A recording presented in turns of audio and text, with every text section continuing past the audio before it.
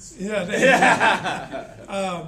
To piggyback on what Benny was saying, it was a mixed bag. When I would tell people I went to Mercer, some people were supportive, and some was just surprised. I remember this one lady that I used to do yard work, a white lady. She was just beside herself, couldn't believe her little black yard man was going to Mercer. And when I was teaching at a predominantly white high school, one of the boys said, you went to Mercer? I said, yeah. He said, I thought you had to be smart to go to Mercer. I'm his teacher, he said that. And actually it was, I think, study hall, so he felt a little comfortable. But anyway, I said, so?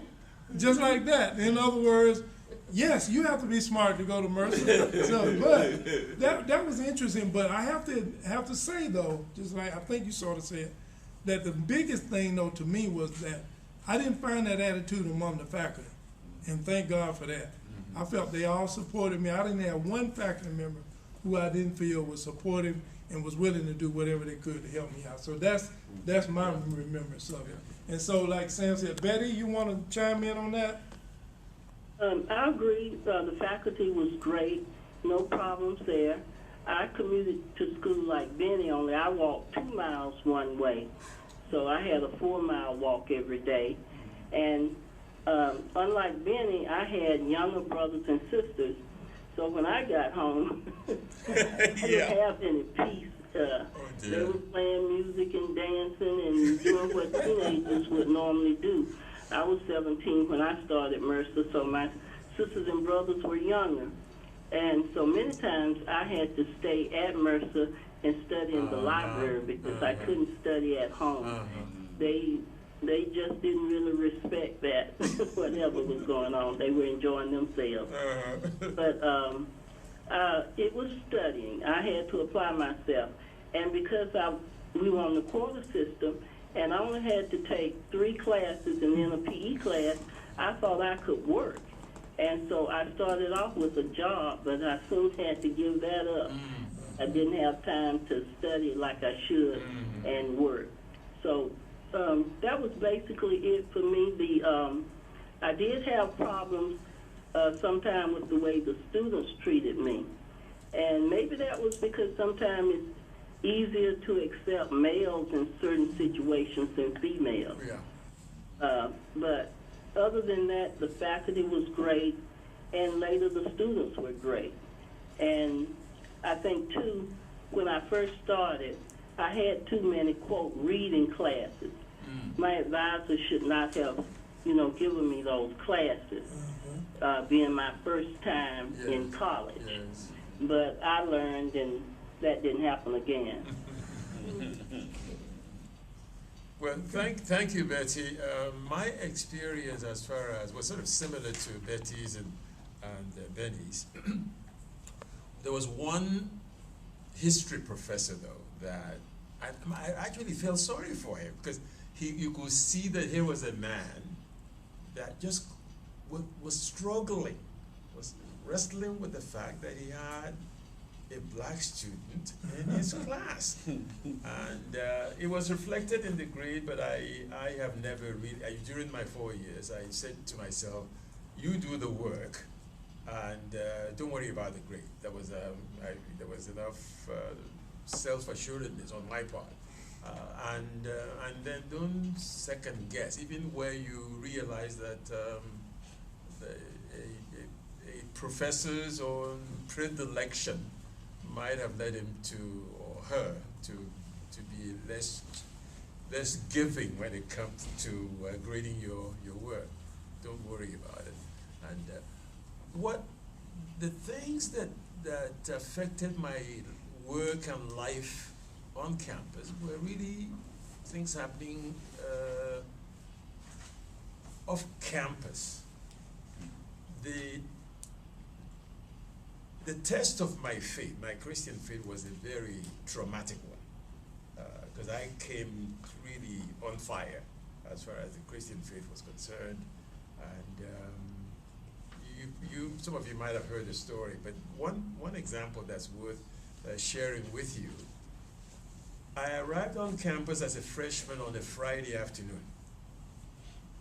On Saturday afternoon, there was a knock on my dormitory door, I had a brave white boy. Well, he was a boy then, I was a boy then, so I'm not trying to be disrespectful or anything like that. So there was a knock on the door, and I opened the door, and there standing was this distinguished-looking white, elderly white man, who then proceeded to introduce himself. I am Reverend Clifton Forrester, he said. I am the pastor of Tatnall Square Baptist Church, and Sam, I've come to let you know that you won't be welcome to worship at Tatnall Square Baptist Church. That shock of recognition that I was left dumbfounded because this is Mercer University campus. We're right here on the edge, right? Mhm. Right here on the edge of the campus is Tatnall Square Baptist Church, where it was. It's the long. You guys should look into research it because it's no longer. Church is no longer there. And it would have been the most logical place for me to worship. In those days, Benny didn't have a car, but he wasn't the only one. Maybe 80% of students in those days, unlike now, where Everybody. yeah. So, from Sherwood Hall to Tatnall Square Baptist Church, 2 minutes if I walk slowly. It was that close. So Reverend Forrester looked at it and said, to let you know that you won't be welcome to worship at our church. And I'm thinking back on who? The first missionary, remember? Mm-hmm. Thomas Bowen, who arrived among those savages, those heathens, those unbelievers. And what sort of reception did he get?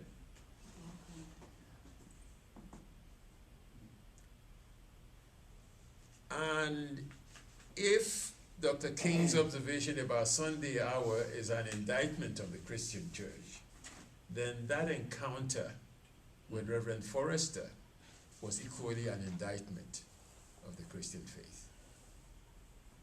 Because Tatnall Square Baptist Church, as well as several other Southern Baptist churches, had continued to support missionary work after the Trailblazer, Thomas Bowen entered the African theater of missionary enterprise.